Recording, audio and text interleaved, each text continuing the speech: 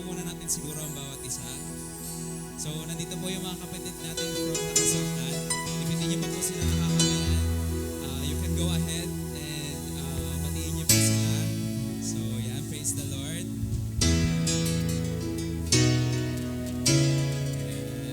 praise God.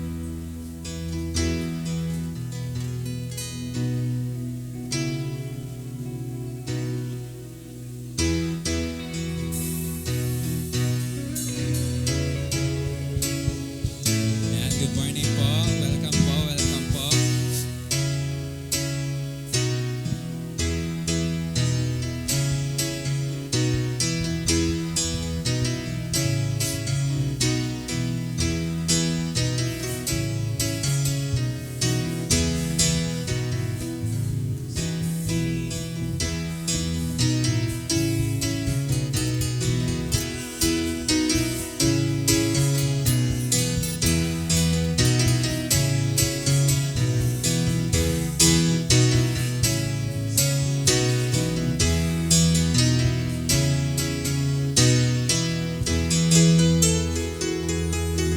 Praise God.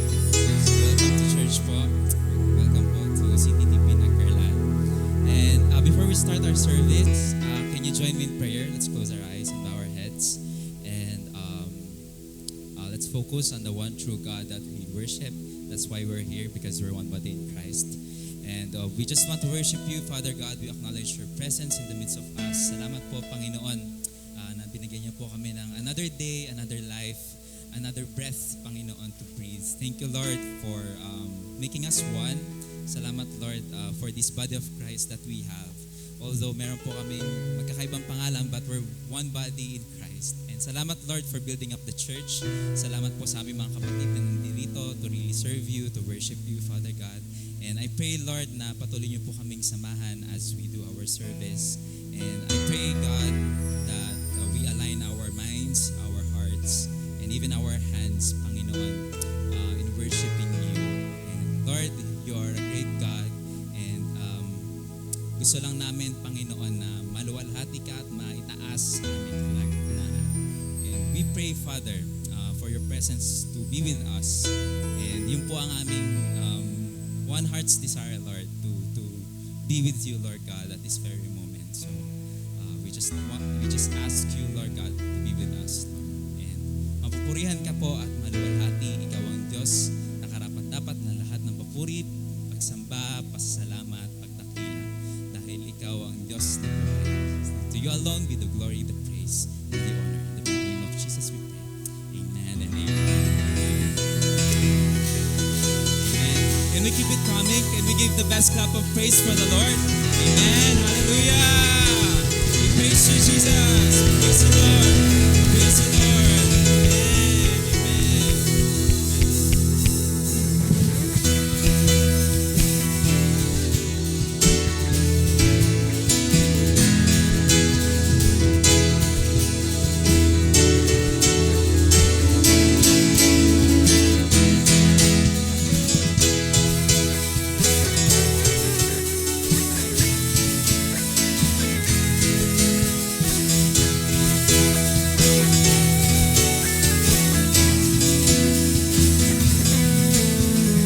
Tuloy po kayo, kamahalang Diyos.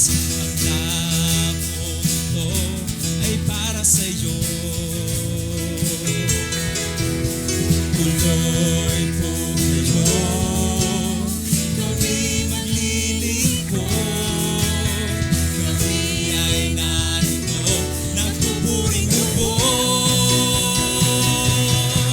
Mga papuri at buong pagsamba ay alay sa iyo, O Diyos. Mga papuri at buong pagsamba ay alay sa iyo, kamahalang Diyos.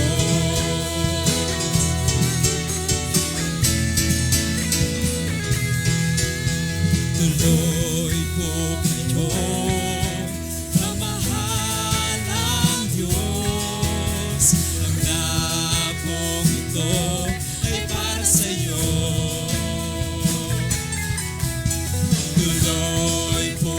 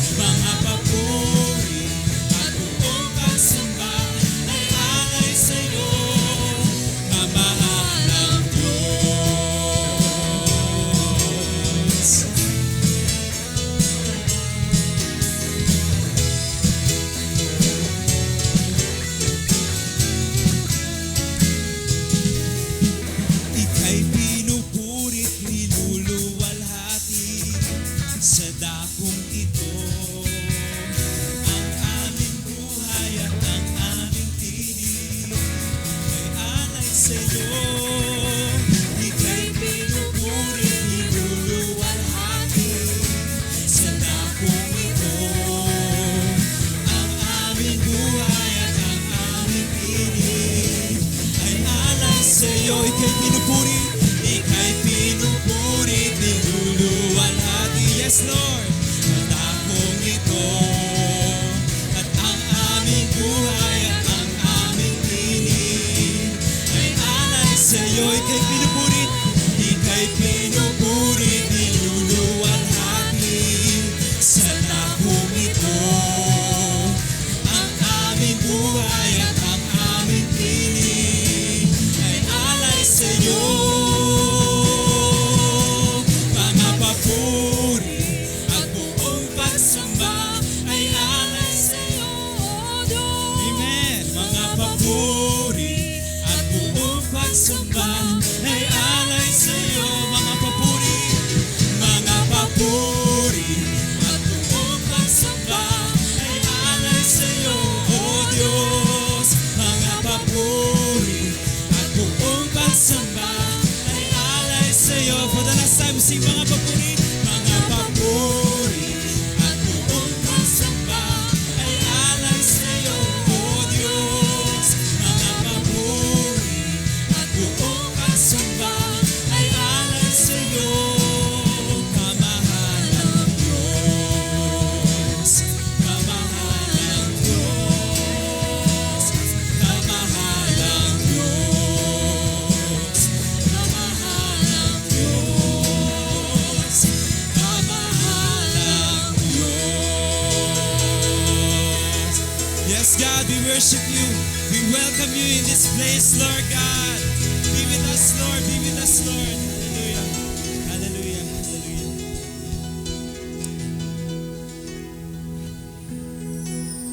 Yes, God.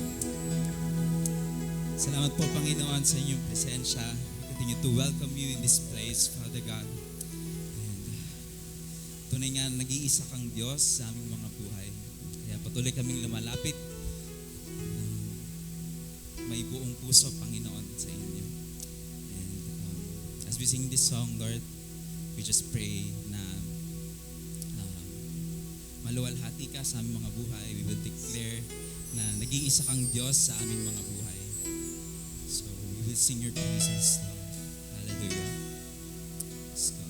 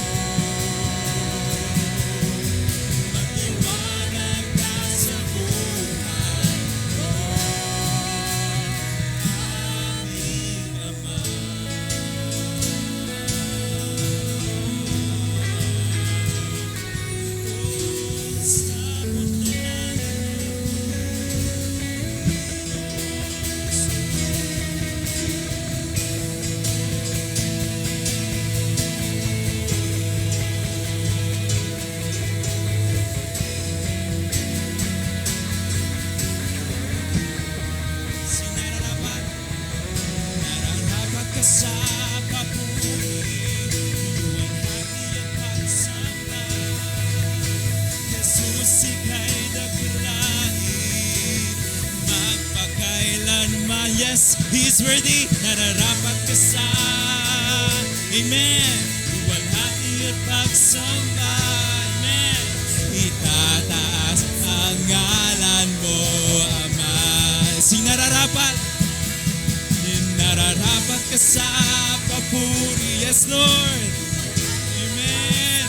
Hear the voices of your people. Amen.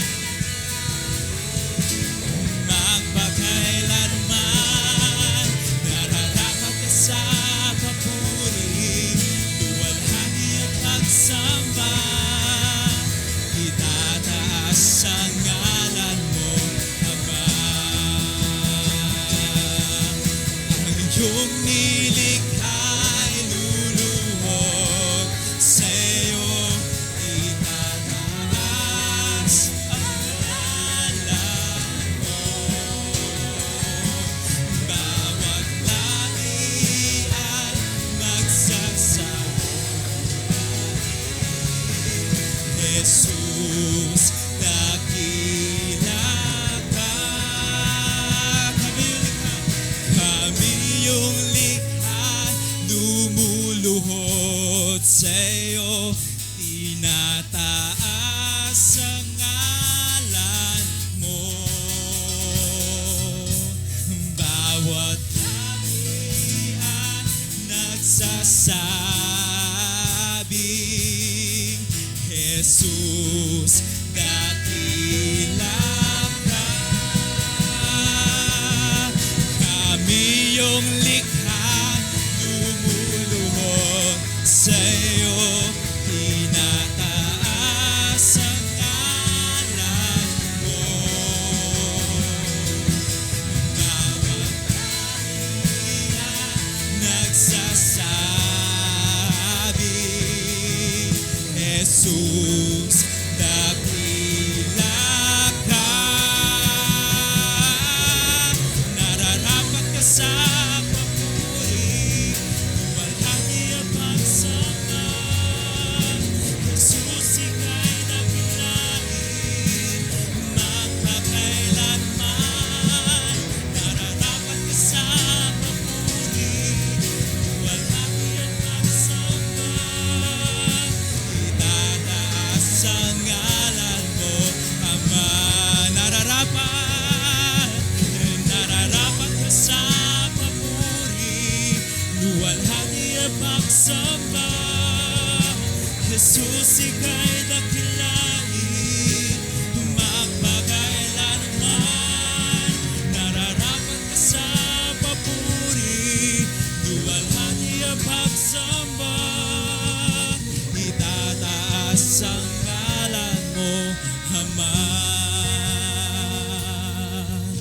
Itataas ang ngalan mo, Ama. Itataas ang ngalan mo, Ama.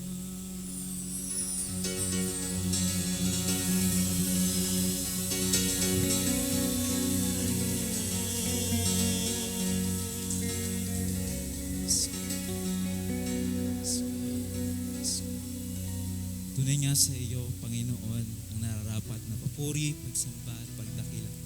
We just give back to you, Panginoon, all the praises and the honor. Because you've done so much for us, Father God.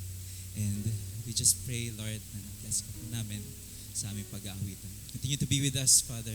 Continue to talk to us, Lord God, and minister to us at this time.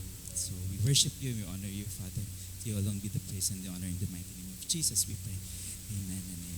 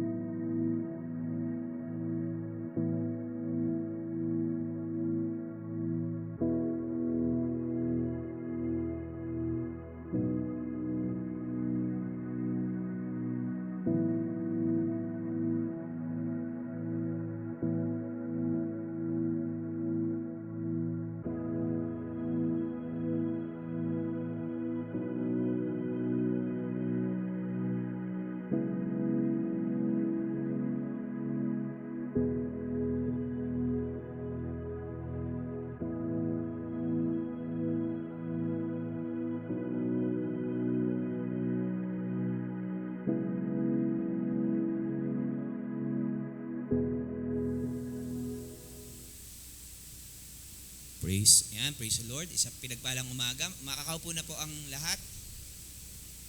So, yan. As you can see, ayokong tawagin po silang mga visitors, kundi mga kapatid at kapamilya sa Panginoon. As you can see, kasama natin ngayon sila sa atin pong panambahan. So, and as we announced sa mga nakaraang linggo, ay meron tayong special message ngayon. At kailangan pa bang ipakilala kasi parang taga rito naman na siya. And of course, magdadala po ng ating mensahe ay walang iba kundi ang ating kapatid po sa Panginoon, si Kuya Pastor Ricky from Lakas Angkan Ministries. Parang taga rito na ba?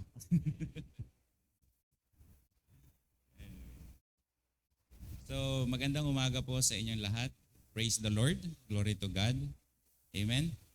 So, nagagalak din po kami na nakabisita po kami ngayon sa inyo at kami naman po sa Lakas Angkan ay patuloy din pinagpapanalangin ang CTTP.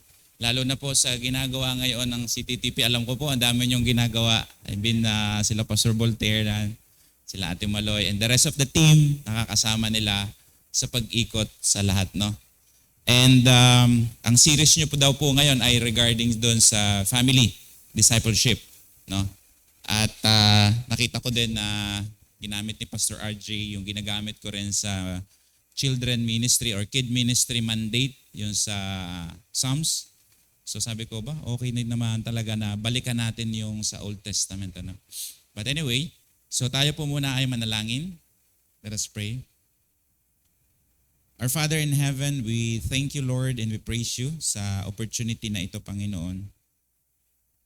Hindi dahil nag-gather kami, pero dahil narito po yung presensya mo, Panginoon, in our midst. And the Holy Spirit is at work in each and every one of us, O God.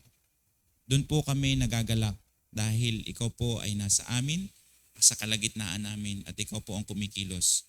Patuloy kang nagtuturo sa aming mga buhay, Panginoon. At ngayon din pong oras na ito, wala pong lalabas sa bibig ko na hindi po ayon sa kalooban mo.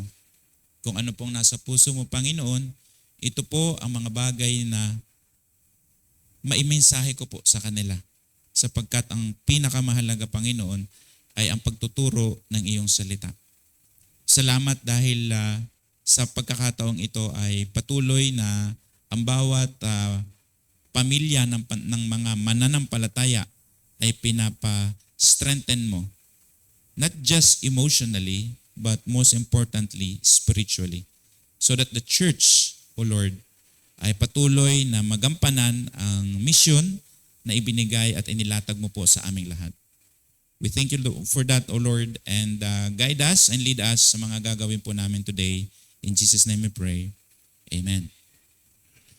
So ang naging topic na nabigay po sa akin is about healing the brokenness in families, and I believe God heals broken families through Christ redeeming love. So ang pinakapaksa po natin ay dito po umiikot sa Galatians 5:20 at saka Colossians 3:12 to 14.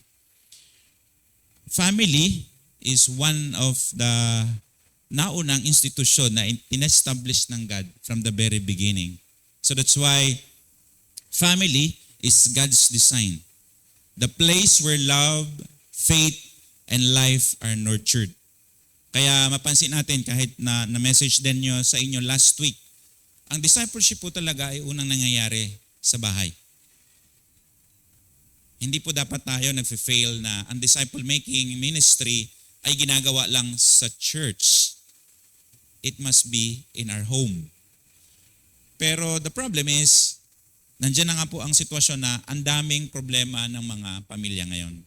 Kaya kung babalikan po natin sa Deuteronomy 6:4-9, sinabi po doon ng Panginoon, "Hear, O Israel, the Lord our God, the Lord is one. Love the Lord your God with all your heart, with all your soul, and with all your strength." At ang sabi ng Panginoon po dito, "These commandments that I give you today are to be upon your heart." So yung commandment ng God, yung utos ng Diyos, dapat nasa puso natin. And then what's next?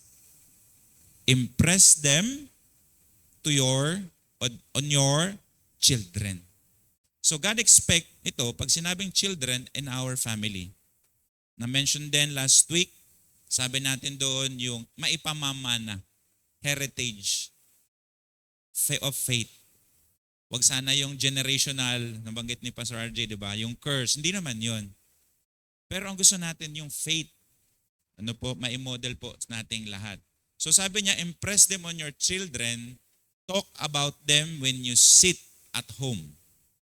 Remember? Home. Talk about them when you sit at home. Mahirap na po itong mangyari ngayon kasi ang mga tatay at nanay ng tahanan ay napaka-busy. And they thought, out of their busyness, yun yung purpose nila na ma-establish ang future ng kanilang family, ng kanilang mga anak. But actually, they do the opposite. Nasisira po ang pamilya pag ang mga magulang ay walang time na ibinibigay sa kanilang mga anak para in-nurture ng salita ng Panginoon. Yun po yung problema. Talk about them when you sit at home and when you walk along the road. And when you lie down and when you get up, tie them as a symbols of your hands and bind them on your foreheads. Write them on the door frames of your houses and your gates. Parang yung bahay niya, simbahan na, no? Paskil doon. Sa gate, sa door frame, lahat na ba? So meaning, our home is the first place where faith is nurtured. Ang pinakaunang discipler ng ating mga anak ay ang mga magulang, tatay at ang nanay. Reminders. Pag po weak ang family discipleship, may impact po yan sa church. Weak ang church. Sabi nga ni Pastor RJ, ang dali naman mag-preach lang sa unahan. Katulad ko, nagpipreach sa inyo ngayon, pero hindi nyo alam ang tumatakbong problema sa bahay ko ngayon, sa family ko ngayon. I can hide it. Pero ang crucial part, paano natin ginagawa ang discipleship? Parents must be the primary disciplers. Ang church po ay hindi kapalit kung hindi katuwang ng bawat pamilya sa pagdidisciple. Iayusin po natin ang ating mindset. Sasabihin natin, mga anak ko, dali mo na lang sa church para ma-disciple. May tama, pero may mali din sa ganong mindset. Tama dahil talaga namang sa church, nurture din sila. Pero ang mali doon na part, tinatanggal mo yung obligasyon mo bilang magulang, role mo bilang discipler ng mga anak at membro ng bawat pamilya. So hindi po ganon ang design. Kaya family is God's design. If family is God's design, hindi po design ito ng tao, tatakbo dapat ang pamilya according sa plano at kalooban niya. Don't allow culture and tradition dictate kung paano po tumatakbo ang isang pamilya. Ano yung culture? Masakit mang sabihin pero hindi ko alam ha. Personal to. Personal take ko. Culture ng pamilya na ang iniisip ko, pag may anak ako, pag tumanda ako at lumaki na sila at may mga trabaho, sila naman yung magsusuporta sa akin. Culture yon, tradition. Naranasan ko din po yon. Medyo, sabi ko naman, hindi din kami perfect na family, lalo na ang tatay ko. Marami kaming, alam mo yun. Pero, I need to make sure yung respect ko sa kanya, hindi ko talaga natatouch yun ba. Sometimes, nag-go beyond ako, but I repent and surrender to God. Because alam naman pag may spirit ka, may Holy Spirit, alam yun sa heart mo. Mag-speak ang God. So, in that sense, nakita ko yung ganong mindset ng ang palang mga tatay ko, ganon ang nasa isip niya. Dapat, investment kita. Parang ganun. Pero out of that, I learned my lesson.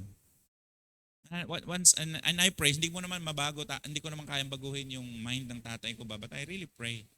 Pero sabi ko din, nag-uusap kami dalawa ni Karen, sabi ko, kailangan din natin palang ihanda ang future.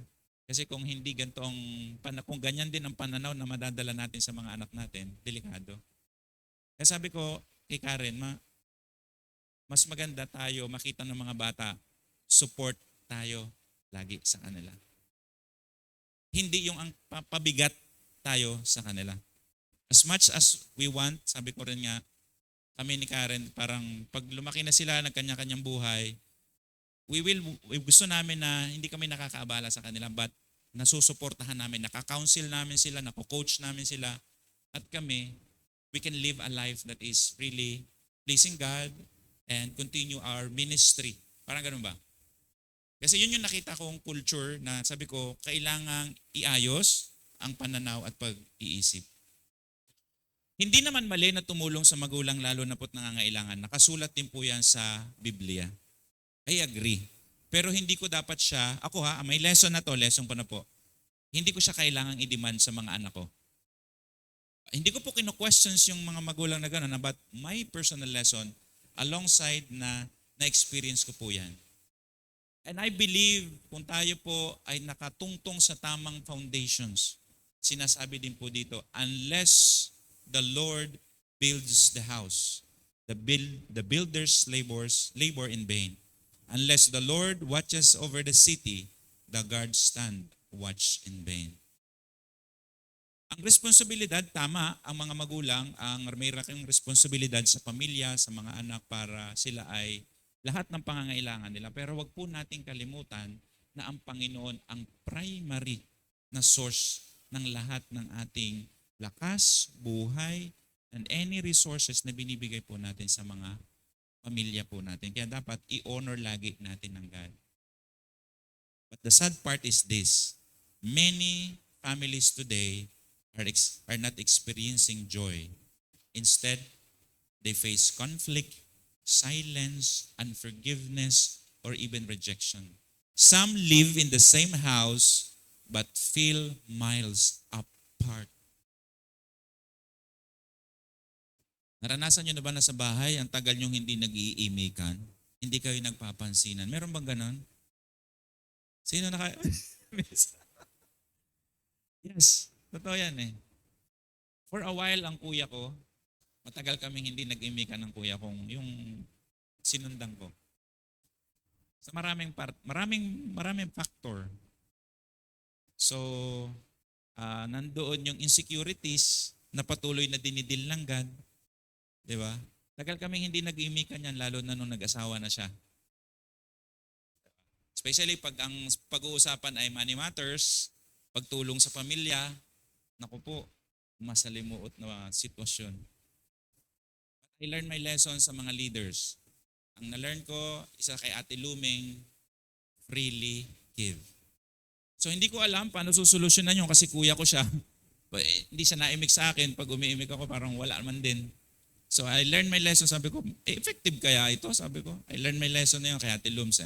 So kada punta ng kuya ko sa tatay, alam ko namang napunta siya. Sabi ko kay Karen, mag-stock ka na anything na dyan. Alamin mo kung anong gusto ng mga bata. And then, just give. Inopen yung bahay. Magbigay kahit ano lang. Magpadala. Okay lang, hindi siya nagsasalita. Through time, God heals.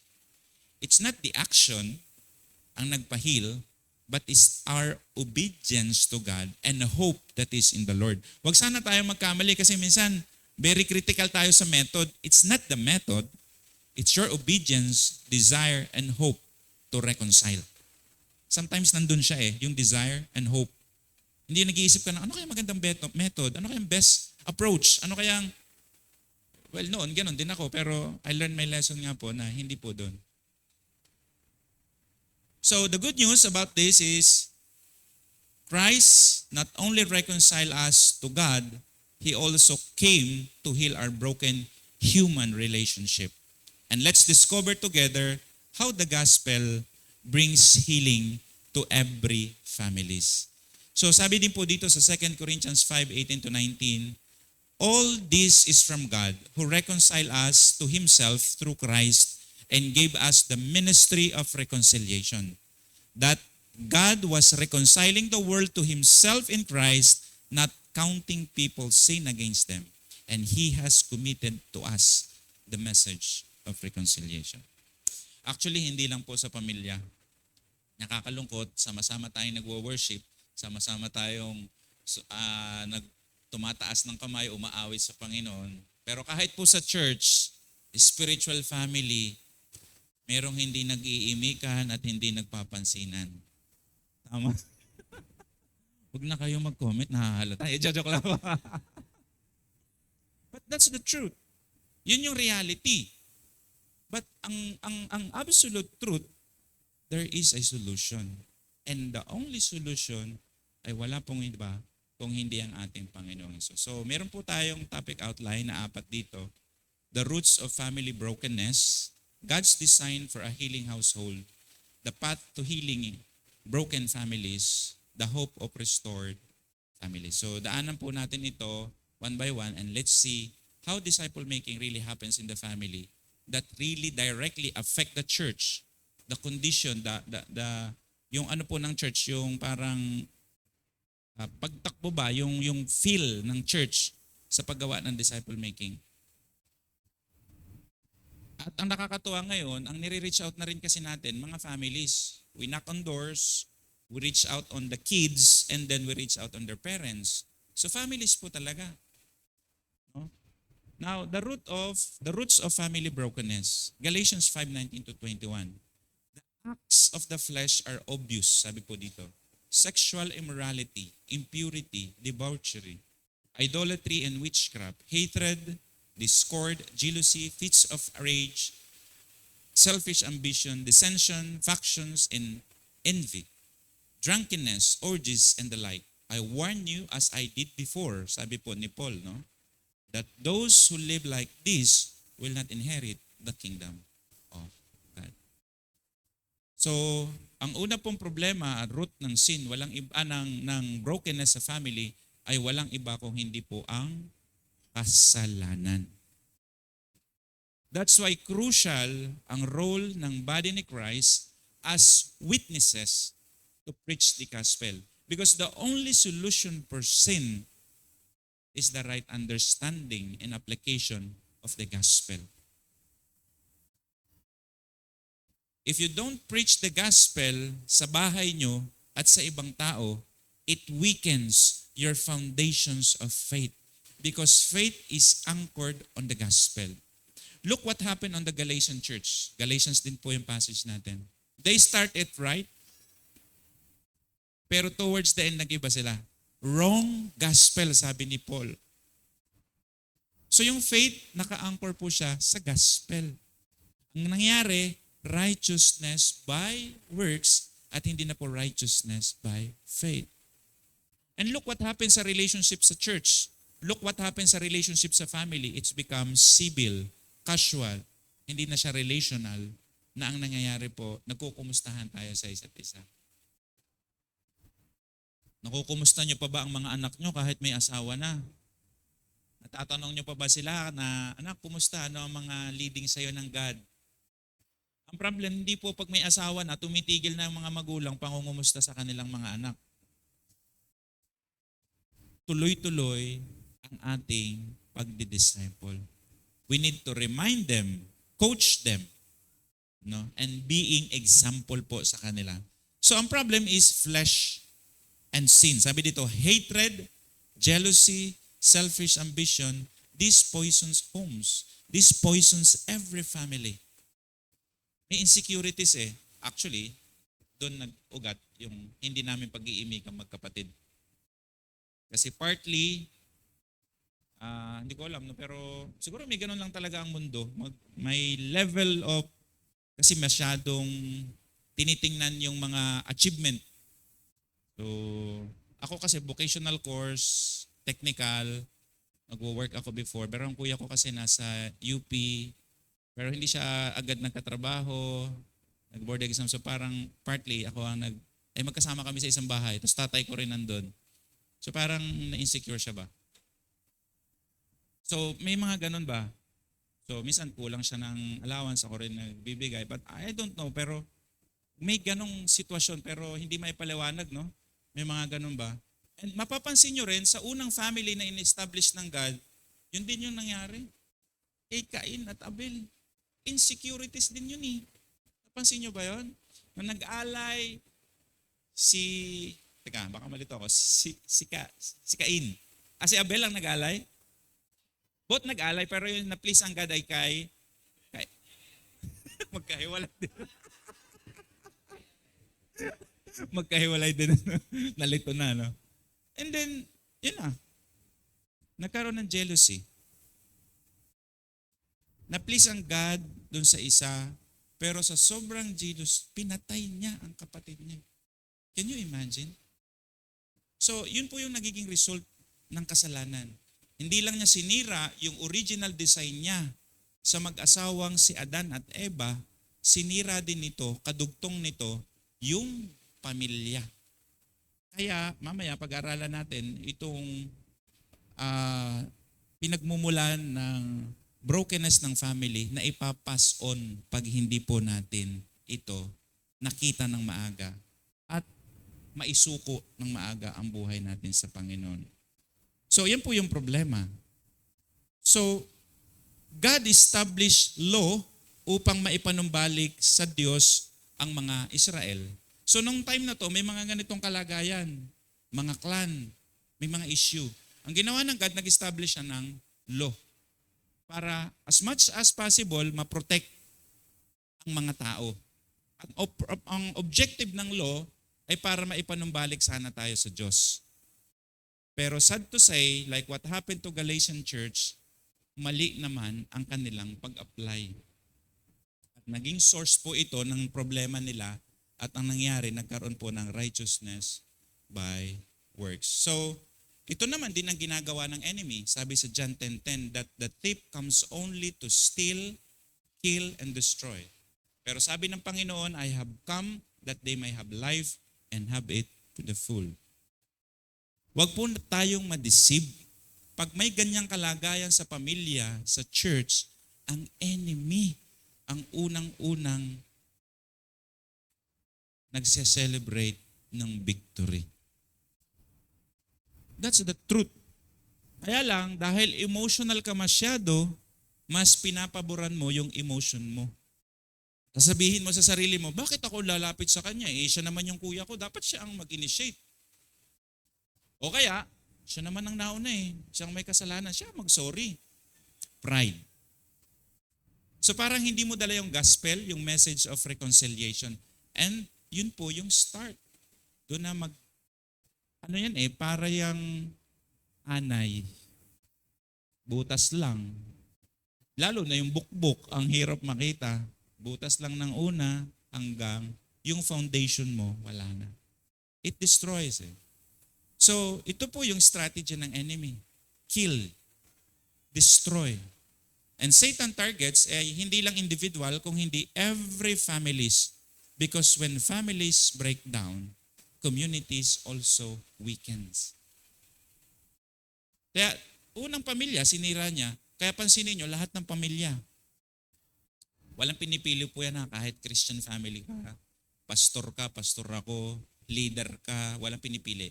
Every family, target po yan ng enemy. So that's why, sabi din po sa Exodus 20:5-6, brokenness can pass through sa generation. So napapass on po yan. Kaya sabi po dito, basahin natin, Exodus 20:5-6, you shall not bow down to them or worship them, for I, the Lord your God, am a jealous God, punishing the children for the sin of the parents to the third and fourth generation of those who hate me, but showing love to 1,000 generation of those who love me and keep my commandments. May blessing if we keep His commands. So that's why ang instruction po ng God sa mga magulang, turuan po ang ating mga anak. Mag-train po natin sila at ipakilala natin sa kanila kung sino ang Panginoon. Kaya doon sa Psalms, ang ganda ng binanggit niya, diba? Huwag niyong ilihim. Magkaiba yung hindi mo alam na hindi mo sinabi, hindi lihim yon. Hindi ko alam diba? Pag sinabing ilihim, intentionally, hindi mo ikinuwento, hindi mo sinabi kasi alam mo. Kaya ang word na ginamit, ilihim. So we know it already, pero intentionally, hindi mo ikinuwento for maraming factor. Yun nga, as mentioned kanina, ang typical na reason ay busy. Can you imagine? Di ba? Yung busyness na yon ang sumisira din pala sa atin. Now, Satan uses lies. Pag gano'n na, hindi mo na naituro sa mga bata yon sa family, ang feeling nila, hindi na sila love. Di ba? Yan na ilalagay nila. Hindi ka mahal ng magulang mo. You are worthless. Hindi ka na kayang magbago.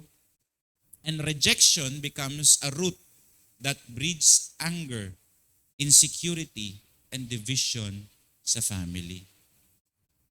Kaya mahalaga pa rin na ang bawat pamilya nanalangin. Point nga kahit once a week, lalo na kahit malalaki ang mga anak. And sa ilan sa mga nabe-bless po ako na ang ilan sa mga elders sa church ay nade-demonstrate pa po ito. Na kahit na halimbawa, ang Kuya Angel, ang Ate Joy, talagang in 1 week time, gagawain ng paraan para tawagan sila online prayer meeting. Very quick. Kahit busy ang kuya sa Muñoz. So may set sila ng time, messenger, call sila, kumustahan very quick, and then they spend time in prayer. Sabi ko, okay ah. Kasi pag tumatanda na tayo, dami ng abala na ang mga bata, hindi lang naman yung mga magulang, ang bata magiging abala na habang lumalaki yan, iisipin mo, wala na. Diba? Busy na, may kanya-kanya na silang buhay, hindi dapat ganon ang pamantayan natin. Ano? So yun po yung problema. But God has not left us hopeless. He showed us the better design. Okay? And God sent His beloved Son. Number 2, God's design for a healing household. Sabi po sa Colossians 3:12-14, therefore, as God's chosen people, holy and dearly loved, clothe yourselves with compassion, kindness, humility, gentleness, patience. Napakagaganda po ng lahat ng ito. Napapractice po kaya natin. Bear with each other, sabi po dito, and forgive one another if any one of you has grievance against someone. Forgive as the Lord forgave you. And over all this virtue put on love, which binds them all together in perfect unity. Ang pagpapatawad po ay hindi option, hindi din sa suggestion, it's a command. Kaya, ang hirap no, pag may kinakounsel ka, hindi ko kaya eh. Hindi makapagpatawad ng tao. Mabigat sa kanila, nasaktan sila, hindi nila kayang mag-let go. So, it will become a problem. And wag nating kalimutan ng pinaka-core po nitong forgiveness is love. Sabi dito, di ba? And overall, these virtues, nandun yung humility, nandun ang forgiveness, nandun ang gentleness, para siyang magkakahiwalay eh. Pero paano siya mag-stick together? Ma-put mo siya into life at ma-integrate mo siya sa buhay mo pang araw-araw. Ano sabi niya? Ang nagbabind sa kanila together is love. Pero i-define natin ng maayos ang love. Okay? So love as a band of unity. So yun po ang nagbabind together. Yung love. Pero we need to make sure na tama po ang understanding natin ng love. Kasi sabi nga po sa Corinthians, sinasabi ni Paul dyan, no? Na nandyan yung pag-float ng compassion, pero sabi dyan, love is patient, love is kind. It does not envy, it does not boast, it is not proud. Hindi siya dishonoring others. It is not self-seeking. Hindi siya easily angered. It keeps no records of wrong. Love does not delight in evil but rejoices with the truth. It always protects, always trusts, at ang sabi po dito, always hopes and always persevere. So paano nyo gagawin yan? Paano nyo po i-apply? So love. But make sure na yung love na ine-exercise po natin ay hindi po siya manufactured mo. Pwede ba yung kuya? Oo. Pwede mong exercise ang love. So anong tamang love? Love that is fruit of the Holy Spirit. Hindi siya love na emotion, Hindi siya love na, alam mo yon, na may pinagsamahan lang kayo. Hindi siya ganun na love. Love that is fruit of the Holy Spirit. Because you cannot manufacture a genuine love. The only real and genuine love that you can exercise and give if the Holy Spirit is in you. Sabihin naman natin na maganda naman yun, di ba love yun? Pwede namang love, pero hindi siya maglalast forever. Baka may certain issue, wala na din yan. So ganun ba? Iba yung love that comes from the Holy Spirit. Kasi sabi po, the fruit of the Spirit is love. Pero make sure din na yung love na to ay hindi ka nag-tolerate ng sin. Iba din naman yun. Kaya sabi doon, di ba? Love does not rejoices in evil. It rejoices with the truth. Magkaiba po yun ha. Baka po ma-miss out natin. You always correct, rebuke, and also encourage. And when you correct and rebuke, hindi ka natatapos doon. Hindi lang to sa church, pero nangyayari din sa pamilya. Ang objective mo, puro puna ng mali. After mong mapuna, tigil na. No, you always follow them up. Kukumustahin mo ano na ang nangyari. And then in that way, doon mo talaga mapakita ang totoong pag-ibig. So that's why, pag sinabi nandyan yung clothe yourself with compassion, kindness, humility, and gentleness, ine-exercise po natin yung love na katulad ni Christ. Forgiveness is non-negotiable. Love ties it all together. Pero sabi nga ng Panginoon din sa atin, we need to love as the Lord loved us. So, loving God or loving others by means of the love of the Lord na na-experience po natin. Alright? So, dapat po malinaw sa atin yan. Kaya sinasabi ng Bible sa Galatians 2:20 that I had been crucified with Christ and I no longer live. But Christ lives in me, and the life I now live in the body, I live by faith by the Son of God who loved me and gave Himself for me. Pero ang ganda ng kadugtong pala ng 21, I do not set aside the grace of God.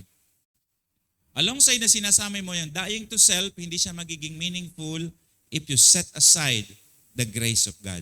So sabi niya, I do not set aside the grace of God. For if righteousness could be gained through the law, Christ died for nothing. So malinaw po din dapat, alongside na ginagawa po natin ang kalooban ng Panginoon, ang pag-heal ng bawat family, ang pagpatuloy na pagdadala natin ng gospel, hindi lang sa family, kung hindi sa ibang tao, nandun po yung grace ng God. So, sabi po sa Ephesians 5:25-26, husbands, love your wives, just as Christ loved the church and gave Himself up for her. So ang reference lagi natin ng love ay nagmumula kanino? Kay Kristo. At ito ay bunga ng banal na espiritu. Okay? Who gave Himself up for her to make her holy, cleansing by the washing with water through the word. Pero ito din ang sinabi niya, no? However, each one of you must love his wife as he loves himself. And the wife must respect her husbands. And ito din binanggit sa 33, however, each one, same ba? Yeah. At ang sabi niya sa 6 naman, kadugtong, children, obey your parents in the Lord, for this is right. Honor your father and mother, which is the first commandments with a promise, so that it may go well with you, that you may enjoy long life on earth. So fathers, do not exasperate your children. Instead, bring them up in the training and instruction. So kung mapapansin niyo po yan po yung roles ng bawat pamilya sa loob ng isang pamilya. Alam niyo po ang nagiging problema? Ang nagiging problema, sinisilip natin yung role ng iba at hindi tayo nakafocus sa ating responsibility. Nakafocus ka sa role ng anak na mag-obey. Ang focus mo sa anak mo is training and instruction. So nagkakagulo sa bahay. Ang focus nung asawang babae, role ng asawang lalaki. Ang focus naman ng lalaki, yung role ng asawang babae. You need to focus on your responsibility. Diyan po nagkokos ang problem sa bahay. Focus ka sa God-given responsibility. Hindi natin sinisilip ang isa't isa kung hindi tinutulungan po natin. So husband, love sacrificially. Paano sacrificially? Paano yung love sacrificially sa asawang babae? Kasi minsan di mo rin maintindihan, no? You need to love. Hindi ko mag-gets. Sige na nga, okay naman.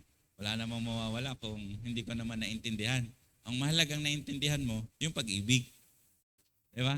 Kasi hindi mo naman talaga maintindihan eh. Minsan nagagalit na lang bigla, naiinis.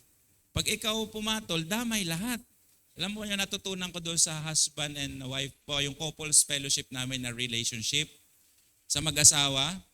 Pag ang isa daw ay on fire, ang isa ay ceasefire.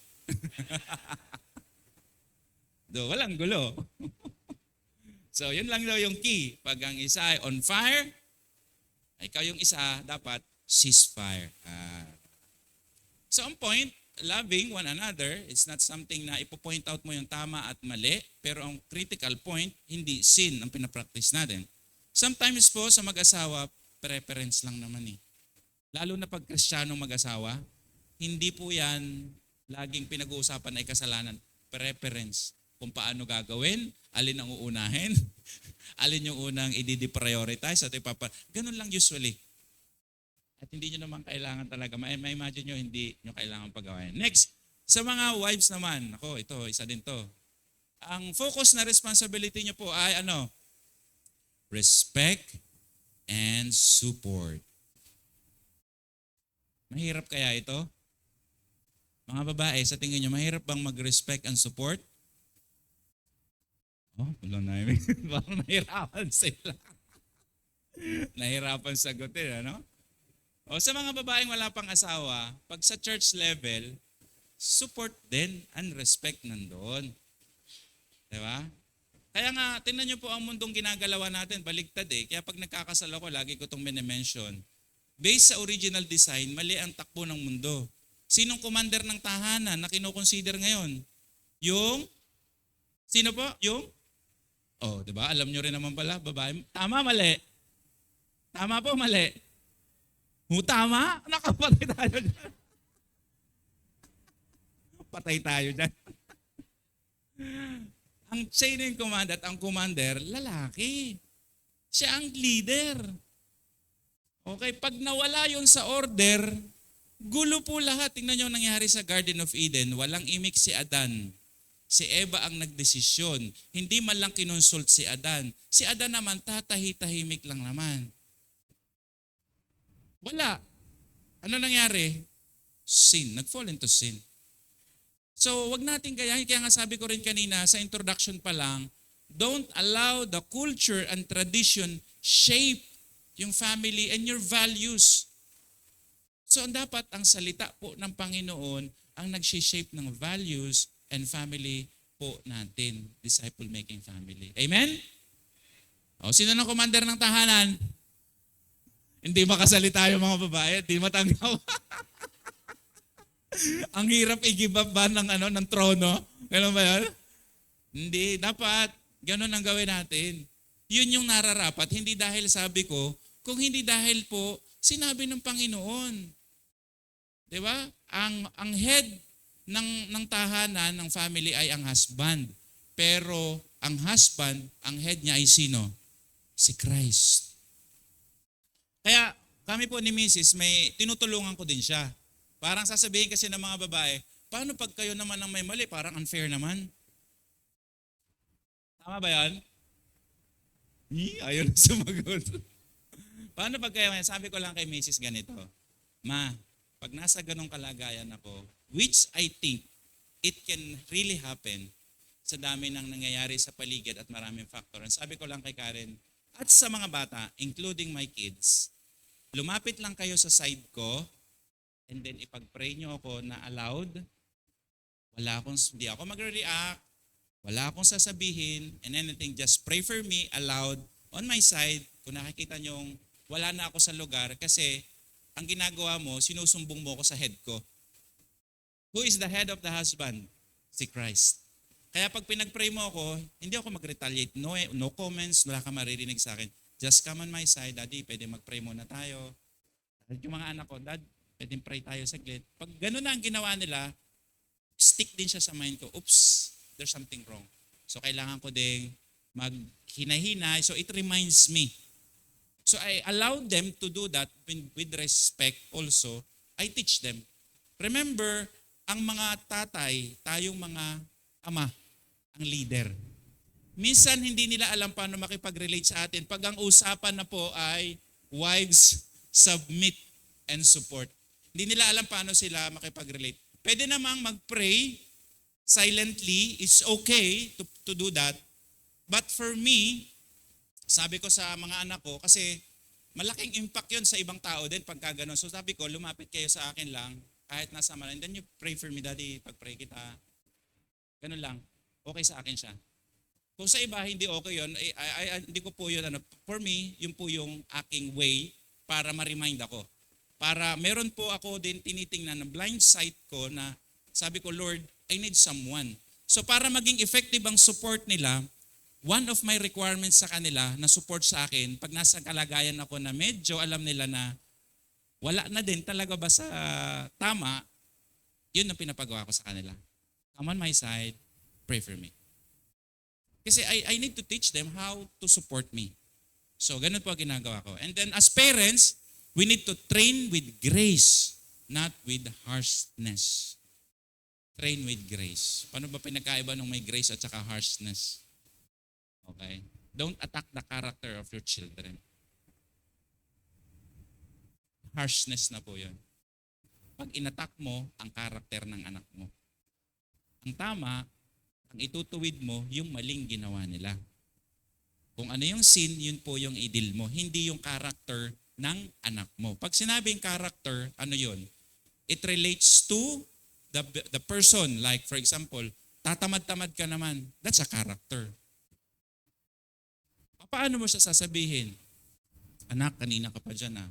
Mukhang hindi na productive yung ginagawa mo. Baka naman may iba kang pwedeng gawin at tumulong sa mama mo. Kasi yung word na tatamad-tamad ka naman, kumilos ka dyan. That's attacking the character of your children. So, make sure, pinapag-aralan din po yun at sinasanay ang sarili. Kung paano ka magsalita. Kasi tayong Pilipino, hindi sanay sa ganyan. Tama? Diba? So ako din, hindi pa tapos, pina-fine-tune pa ako ng God. Kasi the more na pinapractice mo, nakikita mo na sensitive ka, ay mali yata yung words na ginamit ko kanina. Don't attack. And then children, obey your parents in the Lord. So kasama yung pag-obey mo na, kaakibat dito yung pagsunod mo sa Panginoon. So, pag binilend nyo po lahat yan, para yung isang instrument, tumutugtog dito, yung harmony nandun. So, yun po yung sinasabi dyan. Kaya sabi po sa Joshua 24:15, but if serving the Lord seems undesirable to you, then choose for yourselves this day whom you will serve. Whether the gods of your ancestors serve beyond the Euphrates, or the gods of Amorites in whose land you are living, but as for me and my household, we will serve the Lord. Turuan po natin ang ating mga pamilya. Now, Christ as the center. As a family, dapat po si Christ ang ating sentro. Healing begins when Christ is Lord of the home. Hindi yung tatay, hindi yung nanay. Christ is the Lord of the home. So that's why, inaalaw ko yung mga anak ko na sa ganung pamamaraan, natutulungan ako para ma-remind ako pag ako ang may problema. Diba? Kaya minsan pag nasasabihan ko sila, papagalitan ko sila, Marcos, di intense na ang galit. Lagi ko nire-remind, pupunta lang sila sa akin, Daddy, pag-pray mo. So pag-yakap niya, tapos na yun. Nagre-remind na sa akin. So, ganun ba? So, dahil alam ko na si Christ talaga ang head ng every family at ng church. So, daily practice na kailangan nating gawin sa bahay is prayer. How often do you pray at home? Hindi lang pag kumakain ha. Yung prayer na, kuya, ano naman everyday naman, yung pala, chinek mo, yung pag kumakain lang nag-pray. Ang point dito is intentionally, you gather together and pray. Lift up to God, ano man yung mga sitwasyon, ano man yung mga pinagpe-pray ng family. And then meron kayong worship, meron din kayong devotion, at na-exercise nyo lagi yung forgiveness. And alam nyo, para hindi nyo lalo makalimutan to, share the gospel. It reminds you a lot if you continuing nagsishare at nag-i-engage to relate with people in sharing the gospel. It's not the activity of sharing the gospel, but the message of the gospel, it keeps reminding us to live a life dun sa reconciliation and redemption na ginawa po ng Panginoon. So, our identity is not performance or position, but in Christ. And when families affirm that truth, unity grows. Hindi po ito automatic. Ina-apply po siya, mga kapatid. And now, how do broken families move from pain to healing? And dito tayo papasok sa ikatlo. 45 minutes na pala. And ang sabi po dito is that if we confess our sin, He is faithful and just and will forgive our sins and purify us from all unrighteousness. Repentance and surrender. Ang hirap din sa tatay, may pride po ang tatay. Sa mga tatay, agree ba kayo? Ang tatay may pride. Taas ang kamay. Mga tatay, may pride ang tatay. So we need to surrender and we need to confess to one another. Ang lalaki, ma-pride. Totoo yan. Kaya ikaw na lalaki, alam mo din kung paano katutulungan dapat ng mga nakapaligid sa'yo. So, give them inputs. Teach them how to help you also. So, healing start by confessing. You need to accept, you need aminin mo sa sarili mo na nagkasala ka, na may pagkukulang ka.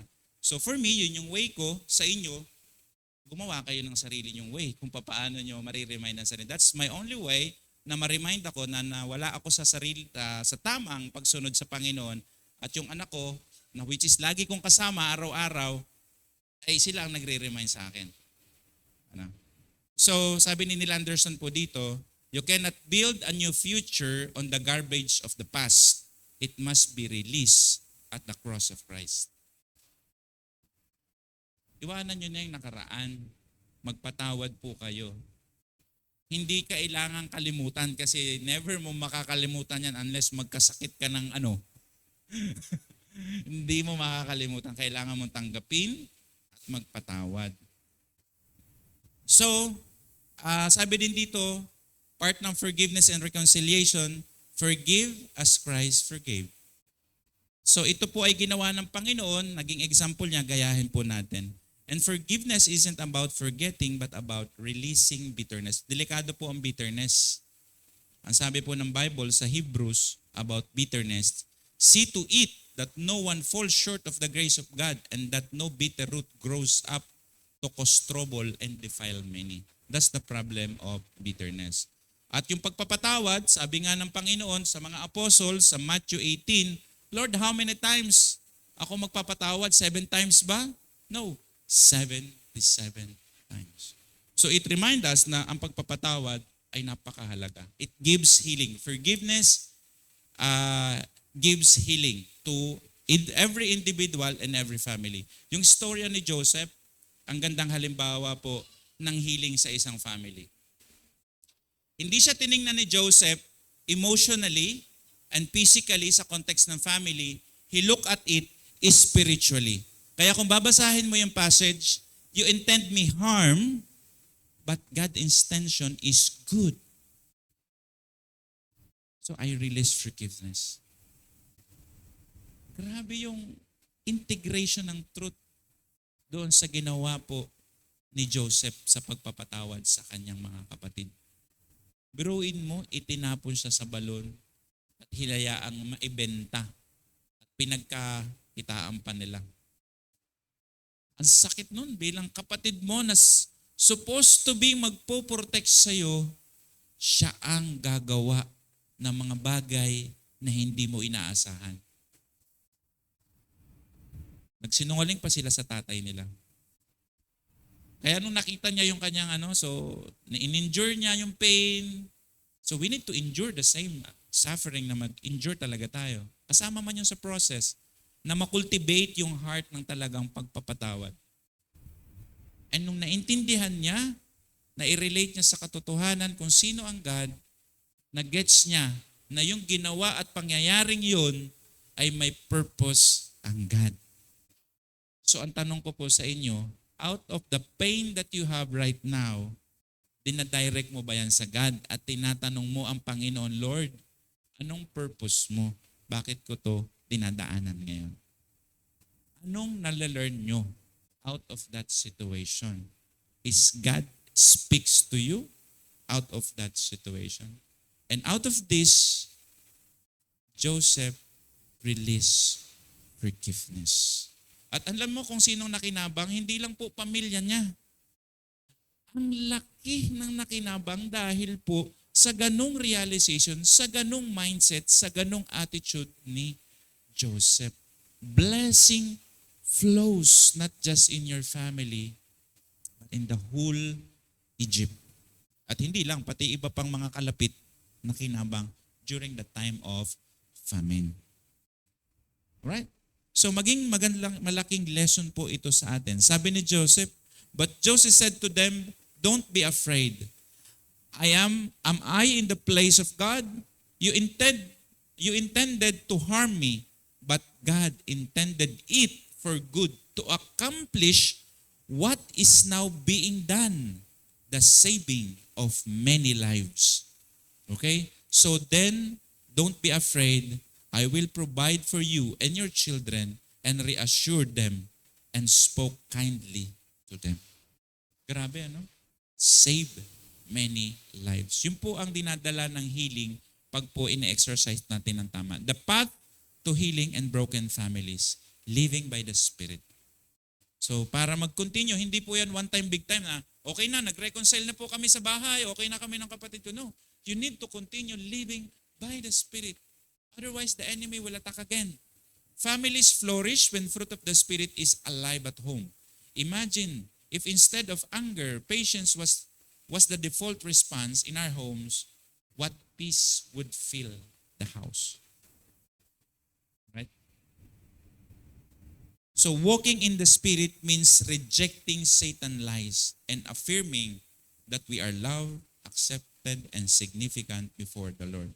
So sabi ng Galatians 5:16, so I say, walk in the Spirit and you will not gratify the desires of the flesh. Now, prayer in intercession. Crucial po ito, kaya as I mentioned po kanina, family must build prayer altars. Ang prayer altars, hindi yung altar na altar meaning there is a place in your home where you gather together and pray. Common place to pray. Pwede pong ganun. Kaya sa mga movie na panood natin, di ba, may prayer room sila. Ang ganda doon, nakapost yung mga prayer requests. So anyone can go to the room and pray. Hindi naman kailangan room, maybe corner. Pwede pong ganun. Mahalaga po siya. As I go through this message, meron kaming prayer ng mga anak ko doon sa table. Pero sabi ko nga, maganda yata ang ma-practice po ito. A home without prayer is like a house without a light. You keep stumbling in the dark. Prayer turns the light on. Right? So, we continue to pray. Now, last part, the hope of restored families. So sa Malachi 4:6, sabi din dito, God will turn the heart of fathers to children and children to fathers. And Ephesians 2:14-16, the cross reconcile us both to God and to one another. And then part po dito, sabi din ni Neil Anderson, you don't have to remain prisoner of your past. In Christ, you are free to live forgiven and to forgive. No family is beyond God's redemption. Kaya wala pong imposible sa Panginoon. Pag ganyan po ang sitwasyon at kalagayan mo na sinasabi mo, hindi mo kayang tanggapin na wala na magagawa sa pamilya ko, hindi mo kilala ang Panginoon. Because God is the God of the impossible. If you have faith in Him, not faith on your situation and your strength. No family is beyond God's redemption. So conclusion, family brokenness is real, but Christ offers real healing. Only in Christ we will receive true healing. Amen?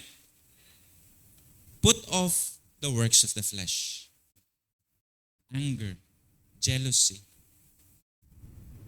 Yan na po natin. Selfish ambition. Tanggalin po natin ang work of the flesh. Kaya sabi ng Panginoon, putting on the new self and putting off our old self. So putting on the new self is living in the Spirit. So clothe yourselves with Christ's virtues. So that's why towards the end, ang gusto rin ng Panginoon talaga sa atin is Christ likeness. Paano natin to i-apply? Apply po natin yung mga natutunan natin ngayon. Start to repent of selfishness and bitterness. Individual po ito. So, i-search mo yung heart mo, pa-search mo sa Panginoon, Lord, meron bang bitterness, selfishness sa heart ko, kaya may ganitong kalagayan? Minsan sa problema, obvious naman kung sinong may kagagawan, pero wag tayong mag-fail kahit po ako, na nagli-lead din po ng certain group, pag may sitwasyon, I go back also to myself. Whether I'm still in the faith or I'm exercising the authority that God has given me according to His Word, or authority ko lang based on my position as leader. I need to check it properly to God. Forgive one another daily or moment by moment. Affirm each other's identity in Christ, that they are loved, they are significant. That's why, yun po yung point natin kanina, don't attack the character. Pag magko-correct ka po, i-correct mo yung nangyari, yung sitwasyon. Don't attack the character. Pag ginawa mo yun, nabibuild up mo siya at ano nangyayari? Natutulungan natin sila. Pag attacking the character, ang tawag dyan, halo kang may judgment. Yun po yung ano dyan. Never ang God, ginawa yan sa Bible. So, kaya lang, may mga culture tayong ganyan. And we thought, tama naman din. Ang tawag ng iba dyan, hindi ba pagiging diretso lang yung kuya? Hindi eh. Ang pagiging diretso, yung pagsunod sa Panginoon. Tama na ikinokorek ang mali. Pero don't attack the characters. Yung character ng person. So yun po yung problema. And then, yun yung sinasabing, do not exasperate them, yung sa mga anak. Kasi pag sinabing exasperate, nasisiraan sila ng loob. Kailan sila nasisiraan ng loob? Dahil sa mga words na lumalabas sa bibig natin, na ang inaatake natin ay character nila. Dinidegrade mo yung person, that's a character attack. Tawag ng iba at character assassination. Dinidegrade mo yung person. You are putting down the person. Yan po. Commit, sabi dito, as for me and my household, we will serve the Lord. This will only happen if Christ is at the center in our family.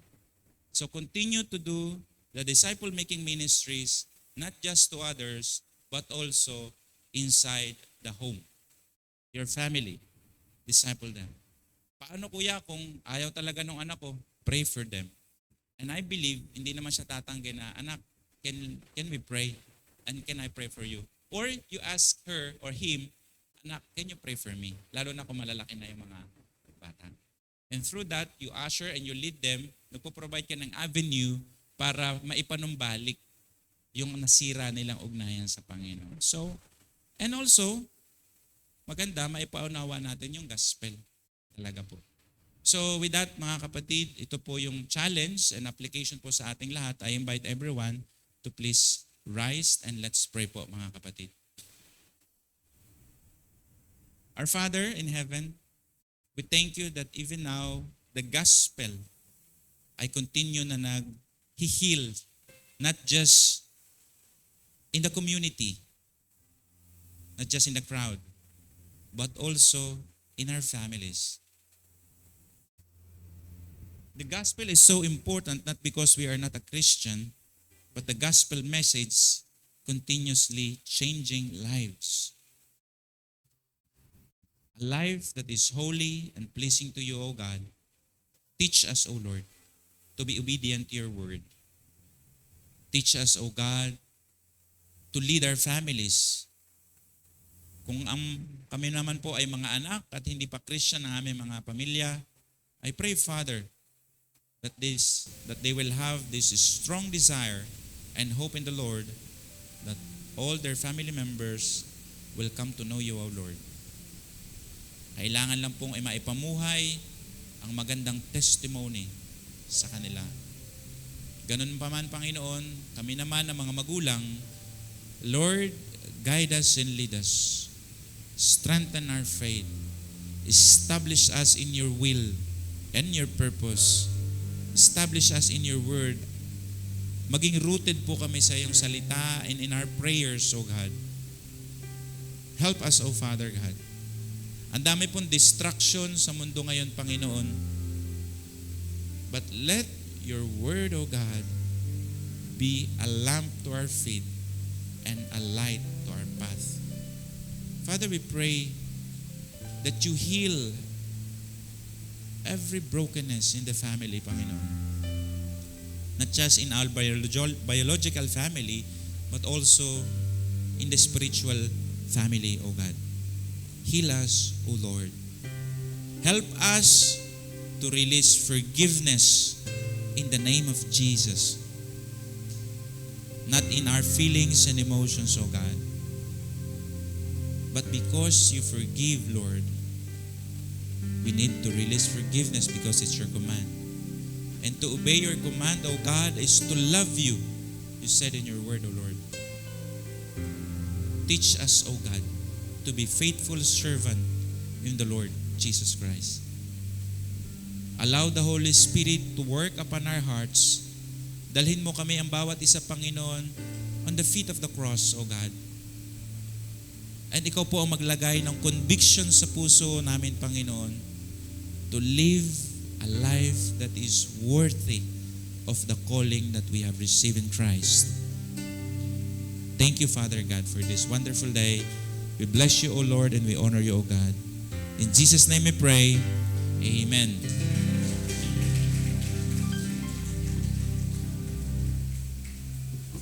So ngayon po, makakaupo po muna tayong lahat. Baka po maganda na I know, hindi po lahat ng family naman ay perfect. Yung iba, what I mean perfect is this. May iba nag-start ang journey nila sa Christian life, nauna yung anak, iba naman nauna yung isa sa member o isa sa asawa. So ngayon panoorin naman po natin itong testimony na ito as a family na nag-start ng family na nandun talaga yung desire na madala niya po ang kanyang pamilya sa Panginoon at lahat sila ay naglilingkod sa Panginoon. Panoorin po natin ito.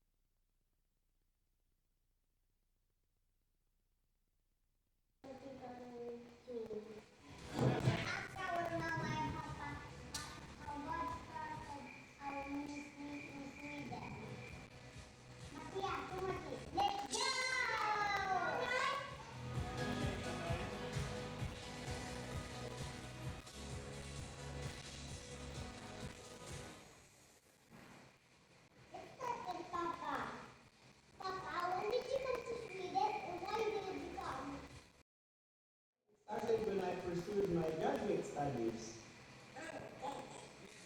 Just that you continue to go to school. Sounds boring, right?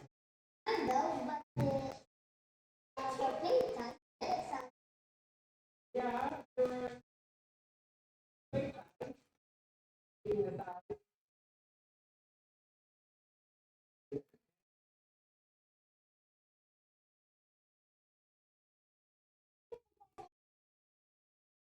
Oh yeah, you've been there a few times. We have some errands nearby us. In 2006, I arrived here in Sweden, and after a month of praying, the Lord gave me 1:8. It says there that you will receive power comes on you. You will be my witnesses in Jerusalem, and in Judea, and in Samaria, and throughout the ends of the earth. To approach international students and share the gospel to them. And we started a small fellowship at the beginning of the university. There were some Filipinas also that I encountered and shared the gospel with them. So we had a fellowship together. And that was in January 2007. It's the start of our first fellowship here in Sweden. It's at Karlstad University. why do you share the gospel, Papa? Because your Papa loves the Lord, and I want to obey it. Jesus wants us to all people and to disciple all nations.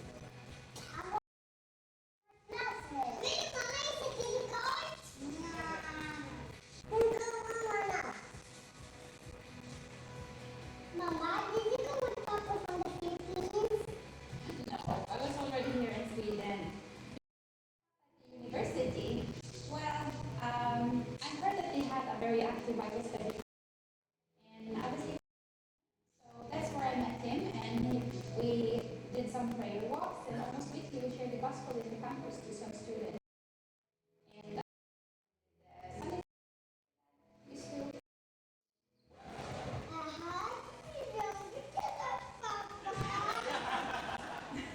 no, but it did make it a bit easier. But that's for another time, okay? So we started our fellowship house to house before, and that's how the early Christian did. We gather, we have a regular house to house, then we managed to find have our regular Sunday services. Yeah, and your Linda and some of the Lolas and Lolas here were active in the church, so we have the regular Sunday service. And so we also met some very committed Christian sisters who would like to start fellowship in the respective day. And so we have fellowship in Stockholm and in Borneo. And then of course the Palestine. So now we are starting small group fellowship in Turkey. That's why you travel a lot and you keep reading, Papa. And of course, because you are not yet at school, Mana is at school, and Matia is very small. Well, you already know how God started the ministry here in Sweden. So let's praise God for the opportunity to serve Him. So, as for me and my house, we will serve the Lord. We will serve the Lord. We will serve the Lord. As for me and my house, we will serve. Of course, why would you ask? Papa loves music, and that's why he shares with us. If we love Jesus, then we obey him. What they love Jesus. Of course. I love him very much.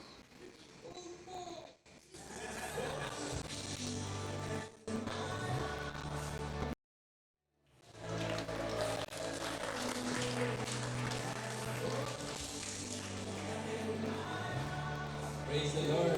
Kuya Edson is one of our leaders in Los Baños before.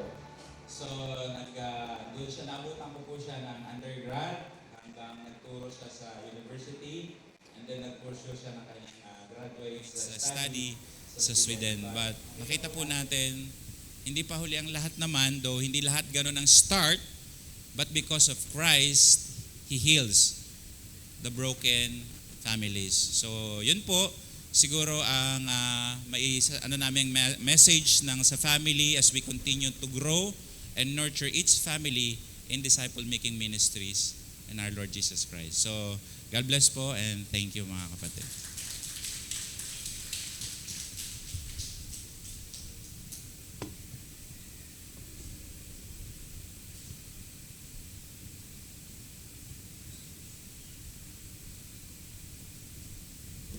Salamat Kuya Ricky at ang buong Lakasangkan hindi buong Lakasangkan, yung Team 1 and 2 na narito ngayon. Team 1 and 2 and 1, 2, 3. Okay. So, alam natin na siguro magandang tumayo lang din yung Team 1. Sige po, makita nila. Palakpakan po natin ang mga tiga Team 1. Saan po kayong lugar? Mindanao, mga tiga Mindanao po sila. Sige po, yung Team 2, pakilala, tumayo po yung Team 2. Tiga saan po sila? Visayas po sila. Tapos yung Team 3, Mindanao din. So palakpakan natin ng Diyos sa kanilang mga buhay. So magkakaroon po kami ng tuloy-tuloy na fellowship mamaya hanggang mamayang hapon. Pero ang napakahalaga, talagang kumikilos ang Diyos sa bawat iglesyang itinalaga niya sa lupa. At bahagi ang Lakasangkan at ang Christ of the Philippines sa partnership na ito bilang katawan ni Kristo. We learn from them at ang bahagi nila sa amin din, they learn from us. Pero ang pinakamahalaga, we continue to serve one loving, faithful God. Yan ang ating Panginoong Diyos. So palakpakan natin ng Diyos. Salamat po sa inyo. Tayo po tumayo at tayo tumanggap ng benediction. Ama namin Diyos, salamat sa katotohanan na Ikaw ang nagpakita ng pag-ibig at pagmamahal upang dumaloy sa amin ang pag-ibig na ito at makita ito sa pagkakaloob namin ng pag-ibig din sa bawat isa. Salamat dahil pinagkakaisa mo ang tahanan. Iba't iba ang kalalagayan nila, ngunit by your grace, by your mercy, ay patuloy mong isinasaayos ang lahat. Patuloy mong itinutuon ang kaisipan ng bawat tahanan sa iyo. At mula roon ang Panginoon, alam naming dadaloy ang pagkakaisa, ang fellowship, at lalo't higit mas malalim na intimacy sa bawat isa upang patuloy silang magkaroon ng pagkakataon na magtuwid at magkaroon ng pagpapahalaga una sa iyong salita at sa bawat isang kaugnayan. Salamat po at alam namin ang basbas ng iyong pag-ibig at pagmamahal ay dadaloy mula sa iyo patungo sa amin at sa buo naming tahanan. Sa ngalan ng Ama, ng Anak at ng Espiritu Santo, ang lahat ay magsabi ng Amen. Purihin ang Diyos. Let's continue to remain standing. And praise God. As we sing this closing song po,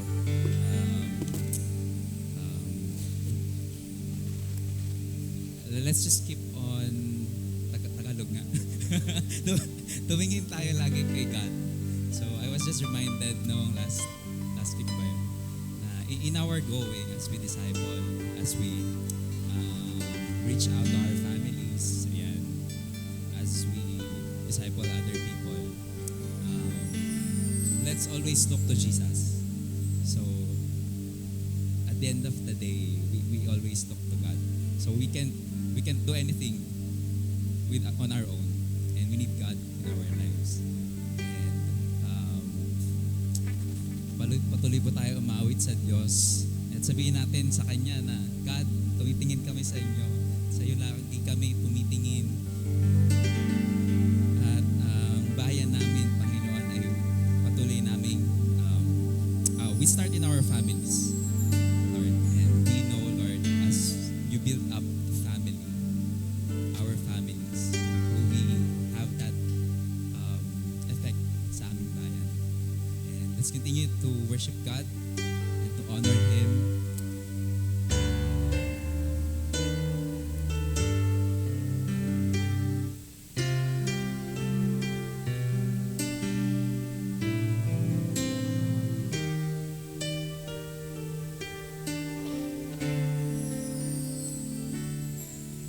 Sa'yo, Diyos, tumitingin. Sa'yo, Diyos, dumadalangin. Inabot ang iyong namin, yumuko sa'yo.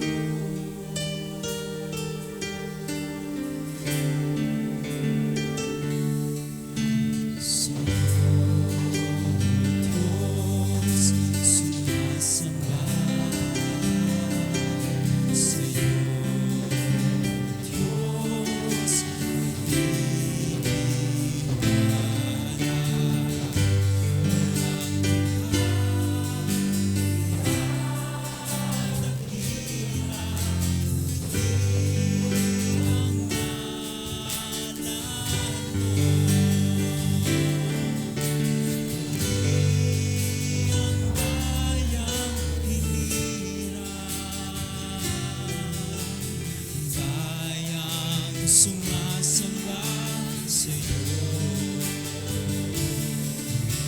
Kami hanguin, kami gamitin mo. Maghahayag ng iyong salita, itataas ang iyong bandila at sasamba sa'yo. Saan pa? Sa'yo.